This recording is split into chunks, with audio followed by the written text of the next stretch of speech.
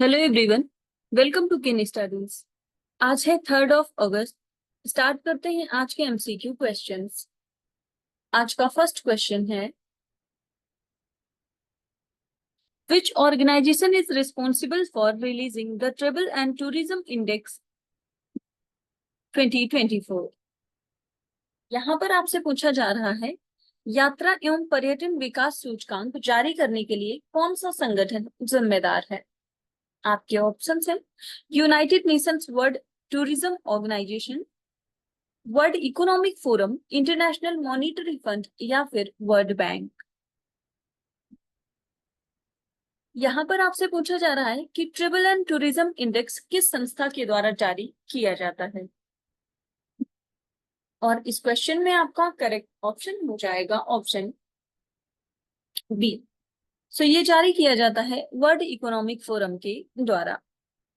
आप यहाँ देख सकते हैं, India ranked 39th among 119 countries in the travel and tourism development index 2024, जिसको पब्लिश किया जाता है वर्ल्ड इकोनॉमिक फोरम के द्वारा।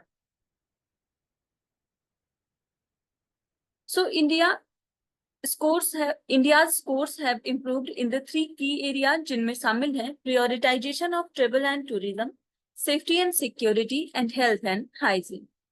So, according to United Nations World Tourism Organization Barometer for May 2024, there were 975 million international tourist arrival globally in 2022, and India recorded 14.3 million international tourist arrivals, representing 1.47% of the international inbound tourism market share. Travel and tourism index की बात करें तो ये एक बाइएनियल report है जिसको release किया जाता है वर्ल्ड इकोनॉमिक फोरम के द्वारा, और इसको पहली बार रिलीज किया गया था 2022 में। टॉप 5 कंट्रीज की बात करें तो ट्रेवल एंड टूरिज्म इंडेक्स में जो टॉप 5 कंट्रीज हैं वो हैं United States of America, Spain, Japan, France और ऑस्ट्रेलिया, और बॉटम रैंक है माली। पढ़ते हैं नेक्स्ट क्वेश्चन की ओर। Consider the following statements regarding sovereign gold bond scheme. यहां पर आपसे पूछा जा रहा है, सॉवरेन गोल्ड बॉन्ड से संबंधित कुछ कथन हैं जिन पर आपको विचार करना है। फर्स्ट स्टेटमेंट है, the bond is issued by reserve bank of India on behalf of the government of India. And second, sovereign gold bonds will be restricted for sale to resident individuals, Hindu undivided family, trust, universities, and charitable institutions. And third, the main issue with the sovereign gold bonds is that they cannot be used as collateral for loans. और यहाँ पर आपसे incorrect statement पूछा जा रहा है। आपको बताना है सॉवरेन गोल्ड बॉन्ड से संबंधित यहाँ पर कौन सा कथन गलत है। इस क्वेश्चन में आपका करेक्ट ऑप्शन हो जाएगा ऑप्शन सी। यहाँ पर आपका थर्ड स्टेटमेंट ये इनकरेक्ट है, जबकि फर्स्ट और सेकंड करेक्ट है। आप यहाँ देख सकते हैं, sovereign gold bonds are government securities denominated in grams of gold, and the SGB scheme was first launched by the government of India on October 30, 2015. So they are substitutes for holding physical gold. Investors have to pay the issue price and the bonds will be redeemed upon maturity. The bond is issued by the Reserve Bank of India on the behalf of Government of India. And these securities are eligible to be used as collateral for loan from banks, financial institutions, and non-banking financial companies. बढ़ते हैं next question की ओर। Which city has been named World Craft City by the World Craft Council, making it the 4th city in the India to receive this honor? यहाँ पर आपसे पूछा जा रहा है, वर्ल्ड क्राफ्ट काउंसिल द्वारा किस शहर को वर्ल्ड क्राफ्ट सिटी का नाम दिया गया है, जिससे यह सम्मान पाने वाला वो भारत का चौथा शहर बन गया है। आपके ऑप्शंस हैं जयपुर, मुंबई, वाराणसी या फिर श्रीनगर। और इस क्वेश्चन में आपका करेक्ट ऑप्शन हो जाएगा ऑप्शन डी। सो भारत का चौथा शहर बन गया है वर्ल्ड क्राफ्ट सिटी का टैग पाने वाला श्रीनगर। आप यहाँ देख सकते हैं Srinagar has been officially designated as the World Craft City by the World Crafts Council International, joining a distinguished group of 65 cities worldwide. This recognition acknowledges Srinagar's rich craft traditions and its artisans' efforts to preserve these skills over generations. And it highlights the city's role in the social and economic development of the region. The designation enhances cultural exchanges and mutual understanding among communities globally, promoting the preservation of Indus heritage and supporting sustainable development in the craft sector. So आपने देखा भारत का चौथा शहर बना है world craft city के रूप में, जिसको नामित किया गया है वो है कश्मीर। इससे पहले जयपुर, मामल्लपुरम जो कि कर्नाटका में स्थित है, और मैसूर, ये 3 ऐसे शहर हैं जिन्हें वर्ल्ड क्राफ्ट सिटी का टैग दिया जा चुका है। आप देख सकते हैं जयपुर और मामल्लपुरम को ये टैग 2015 में दिया गया था और मैसूर को 2018 में। बढ़ते हैं नेक्स्ट क्वेश्चन की ओर।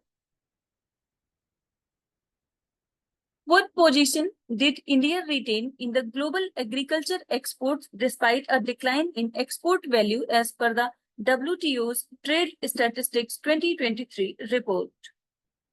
यहाँ पर आपसे पूछा जा रहा है WTO की व्यापार सांख्यिकी 2023 रिपोर्ट के अनुसार निर्यात मूल्य में गिरावट के बावजूद भारत ने वैश्विक कृषि निर्यात में कौन सा स्थान बरकरार रखा है? आपके ऑप्शंस हैं 6th, 7th, 8th या फिर 9th। और इस क्वेश्चन में आपका करेक्ट ऑप्शन हो जाएगा ऑप्शन सी।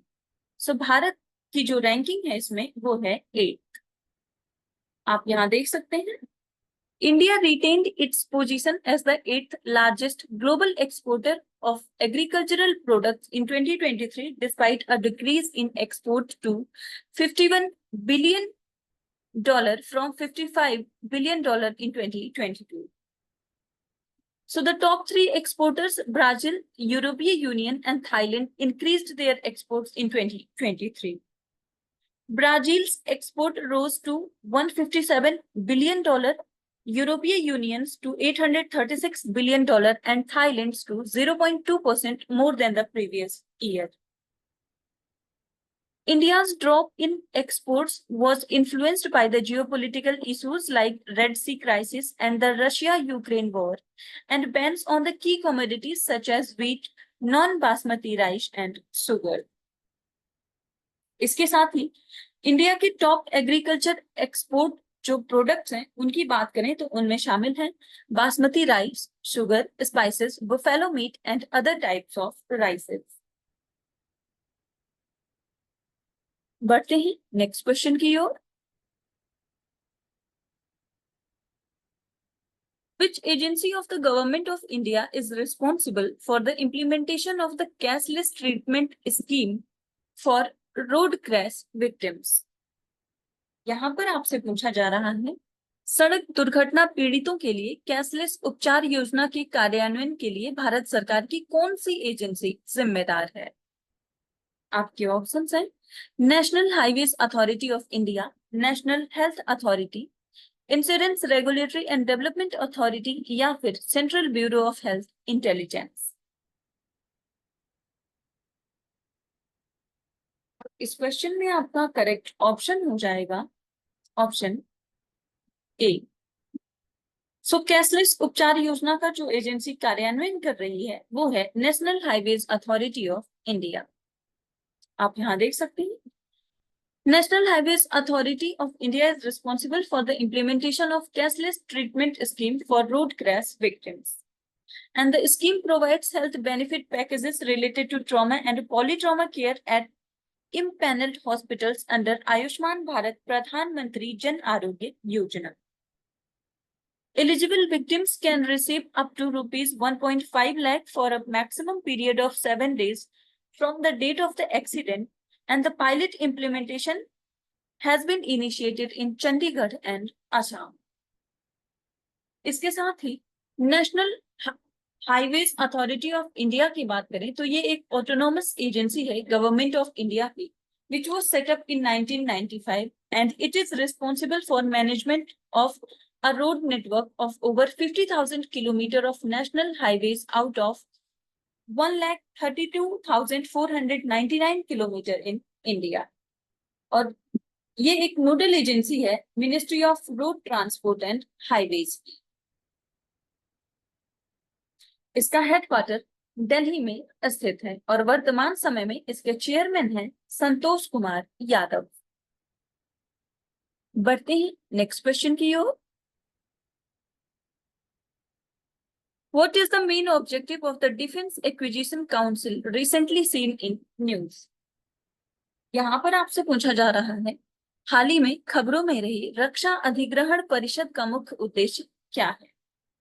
आपके ऑप्शंस हैं to promote international defense cooperation, second, to ensure expeditious procurement of the approved requirement of armed forces, to oversee military training programs, या फिर to manage defense research and development.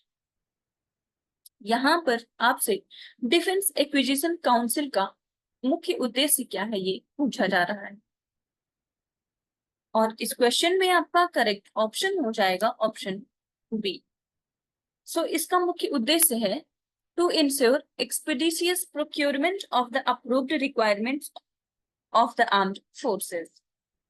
आप यहाँ देख सकते हैं The Defense Acquisition Council approved amendments to a deal for 31 MQ-9B high-altitude long-endurance UAVs from General Atomics, जिसकी वजह से ये चर्चा में रहा है।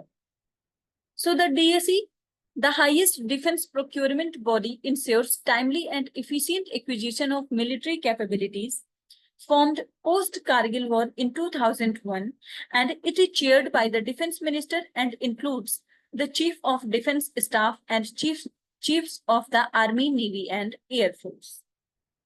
So इसका main objective है to ensure the timely delivery of the equipment to the armed forces and to optimally utilize budgetary resources and to expeditiously procure approved requirements. So आप देख सकते हैं मिनिस्टर ऑफ डिफेंस जो होते हैं वो इस काउंसिल के चेयरमैन होते हैं। सो आज के करंट अफेयर सेशन में इतना ही। Thank you for watching. Do like, share and subscribe.